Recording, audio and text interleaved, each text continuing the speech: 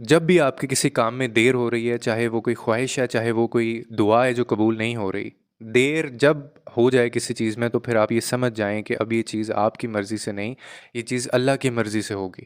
اور انتظار کی نا کہتے ہیں صبر کی یا انتظار کی تین صورتیں ہوتی ہیں۔ پہلی صورت یہ ہوتی ہے کہ اللہ تعالیٰ وہ صحیح وقت نہیں ہے آپ کو چیز دینے کا جو آپ چیز مانگ رہے ہیں اللہ سے، یہ پہلی صورت ہے۔ دوسری صورت یہ ہے کہ وہ جو چیز آپ مانگ رہے ہیں کب سے، وہ آپ کے حق میں بہتر ہے ہی نہیں، اس لیے آپ کو نہیں مل رہی، اس لیے دیر ہو رہی ہے۔ تیسری صورت یہ ہوتی ہے کہ اللہ تعالیٰ کو آپ کا مانگنا اتنا پسند آ گیا ہے کہ وہ چاہتا ہی نہیں ہے کہ آپ مانگنا بند کریں، وہ آپ کو اپنے اور قریب لانا چاہتا ہے، وہ آپ کو اپنے اور قریب لانا چاہتا ہے۔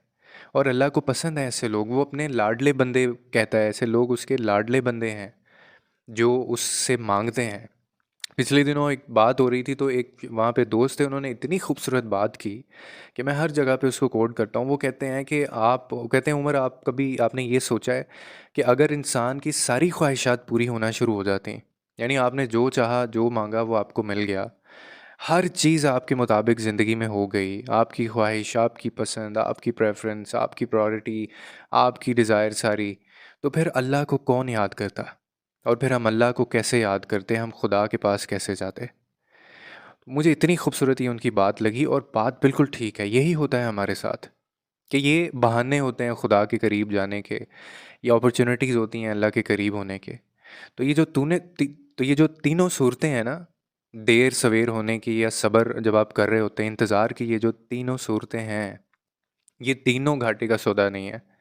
اور تینوں میں خدا کی مرضی ہے، ٹھیک ہے؟ اور کہتے ہیں کہ جب رب کی مرضی شامل ہو جائے نا کسی چیز کے اندر، تو پھر آپ کو اندازہ ہو گیا اگر اس چیز کا کہ وہ کتنا بہتر آپ کے لیے سمجھ سکتا ہے، جان سکتا ہے، آپ کو دے سکتا ہے، تو آپ کبھی زندگی میں خود کبھی خواہش نہ کریں۔ تو اسی لیے جب بھی دیر ہو رہی ہوتی ہے مایوس نہیں ہوا کریں اس چیز کے اوپر، بلکہ اس میں ان تینوں صورتوں کو ذہن میں رکھ کے اللہ کے سپرد کر دیا کریں بس۔